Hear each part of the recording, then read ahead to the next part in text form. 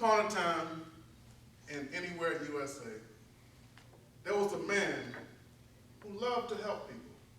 His passion was to help people, and that's all he did all the time was help people.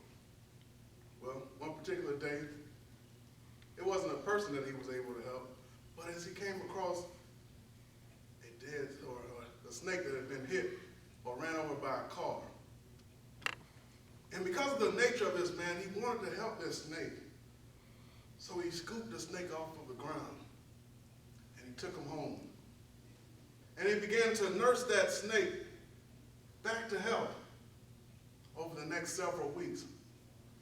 And one day as he was caring for the snake and he was giving the snake a little something to eat, the snake jumped up and bit him.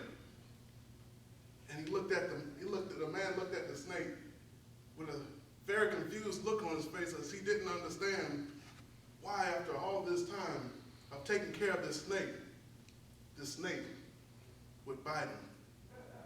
But the snake looked up at that man and said, "You know what I would do. I'm a snake. That's what I do." Ladies and gentlemen, I want to talk today about habits. The snake said to the man that that's what he does.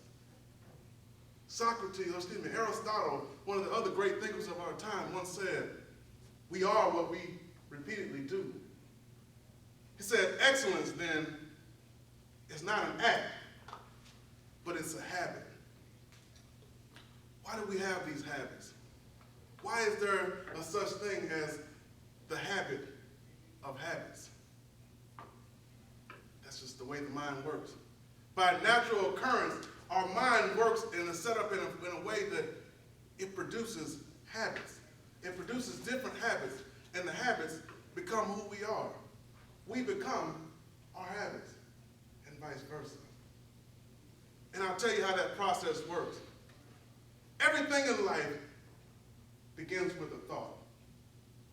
When we begin to think something over and over and over again, it becomes what's called belief. And there's always such power in belief, as we all know. See, once we begin to believe something in our mind, once we begin to think something so many times that it becomes a belief in our mind, next we begin to speak those thoughts. We begin to speak those thoughts.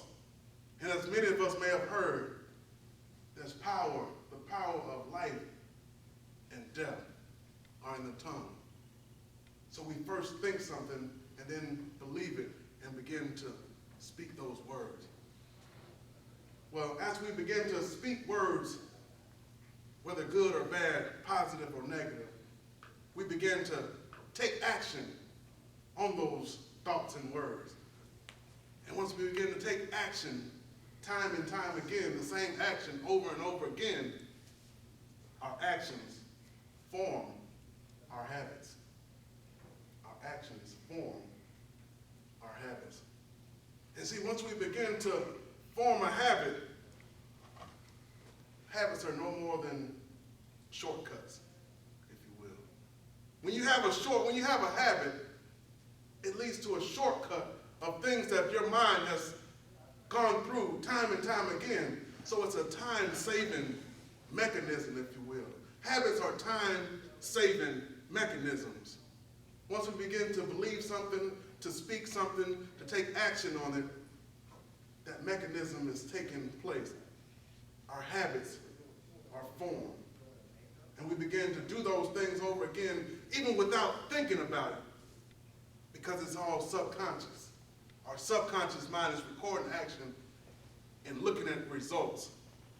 And the more we see something and take results, the more we become that thing.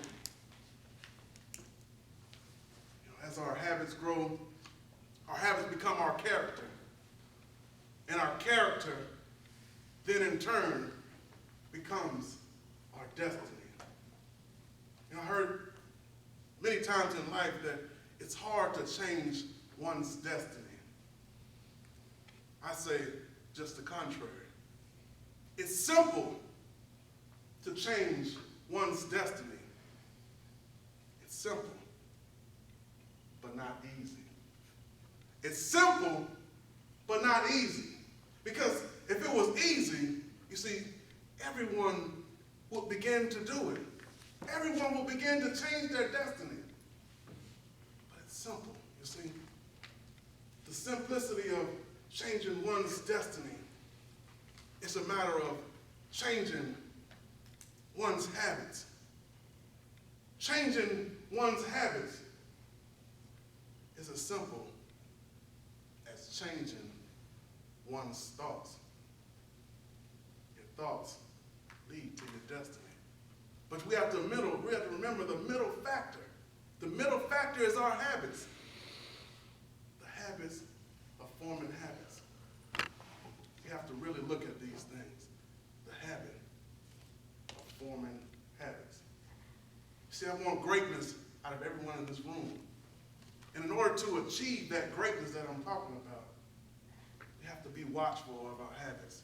What do we do on a consistent basis?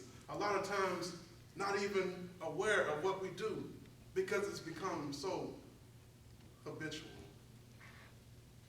Over and over and over. You have to step back and look at the big picture of where you want to go in life. You have to begin to examine your habits that you formed over many, many years of practice. And then if you ask yourself, if the answer is yes, that you're off track of your destiny, it's only a matter of changing your thoughts, which again will in turn change the words you speak, the power of life and death, which in turn will change your actions, which in turn will change